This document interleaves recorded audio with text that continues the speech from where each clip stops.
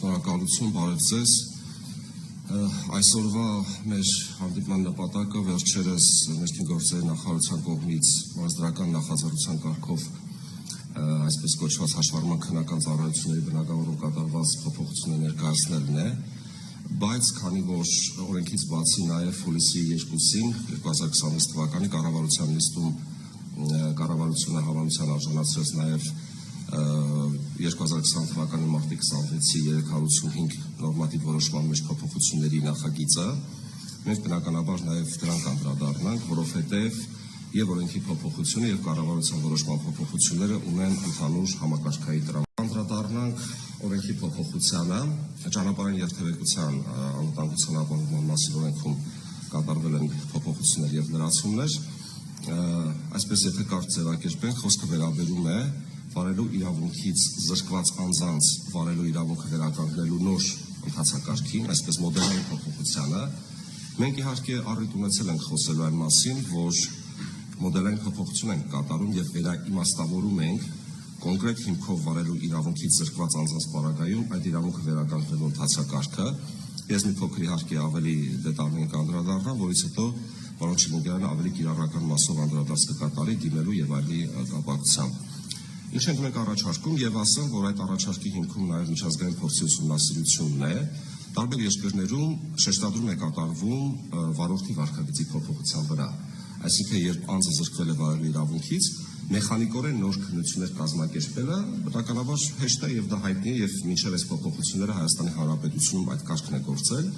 բայց նաեւ շատ են այն իրավիճակներ եւ օրինակները, երբ շեշտադրում է կատարվում վարորդի վարքագծի վրա։ Օրինակ, լրացուցիչ վերապատրաստման են ուղարկում, օրինակ սահմանվում է փորձաշրջան սահմանափակ հնարավորություններով, ընդ որում այս տարբերակը մենք ընտրել ենք եւ հիմա այս դետալներին կանդրադառնամ եւ այլ տարբեր մոտեցումներ կան, եւ մենք որոշեցինք գնալ այս ճանապարհով, ասեմ նաեւ, որ այս բոլոր փոփոխությունները նաեւ այն բանի արդյունքն են, որ մենք մեր քաղաքացիների հետ անընդհատ գտնվում ենք երկխոսության մեջ, եւ սա առաջին օրինակը չէ,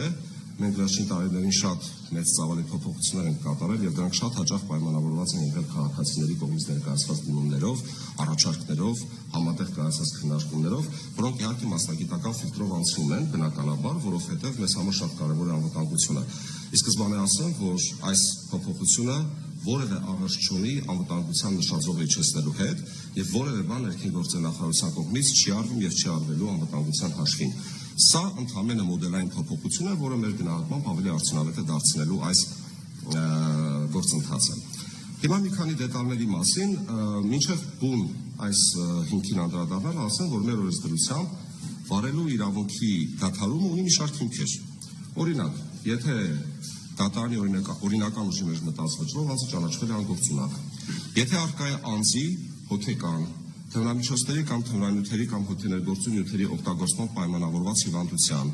կամ նրա առողջական վիճակը օրենսդրությամբ սահմանված պայմաններին չբավարարելու կամ չհամապատասխանելու մասին տեղեկատվություն։ Հաջորդ հիմքը առկա է վարելու իրավունքից զրկելու մասին դատարանի օրինական ուժի մեջ մտած դատական ակտ կամ այլ իրավասու մարմնի ուժի մեջ մտած ակտ եւ չորրորդ հիմքը այն է, երբ անձը մահացել է։ Ինչ ենք մենք այս խումբ հիմքերից առանձնացնում։ Այն բոլոր դեպքերում, երբ վարելու իրավունքից զրկելը կամ վարելու իրավունքի դադարումը կապ կունենա անգործունակ ճանաչվելու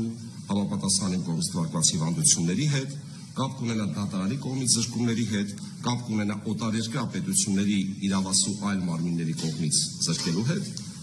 ընթացակարգը որակավորման քննությունների միջոցով այդ վարելու իրավունքը վերականգնելու պահպանվում է։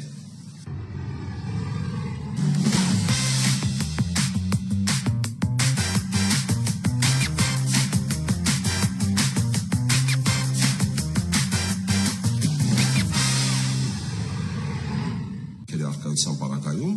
որակավորման քննությունների միջոցով վարորդական իրավունքի վերականգնումը շարունակում է մնալ ուժի մեջ։ Եվ իհարկե այստեղ արդեն անդրադառնանք բուն կարգավորմանը, իսկ այս պարագայում որ հիմքին ենք մենք անդրադարձել։ Այստեղ առնվազն երկու նախապայման է պետք, այսինքն նախագծի արդեն օրենքի շահառու են հանդիսանալու այն անձին, որոնց վարելու իրավունքը դադարել է, այսինքն վարելու իրավունքից զրկվել են Հայաստանի Հանրապետության ոստիկանության կողմից կայացված եւ ուժի մեջ մտած վարչական ակտով,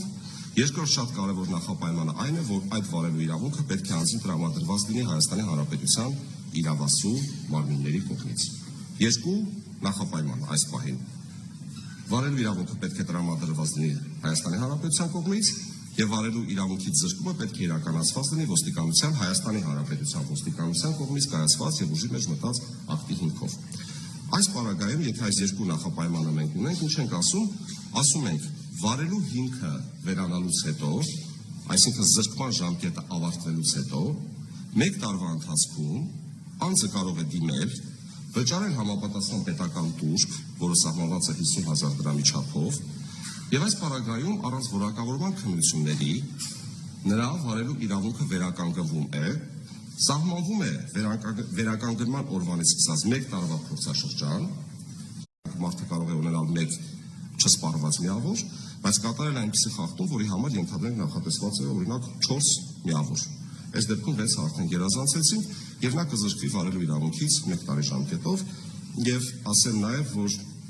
այս հնարավորությունից անձը կարող է օգտվել բացառապես 1 անգամ։ Ունենք նաեւ անցումային կարգավորումներ, որը կապ ունի նաեւ դիմելիության հետ, ժամկետների հետ։ Ես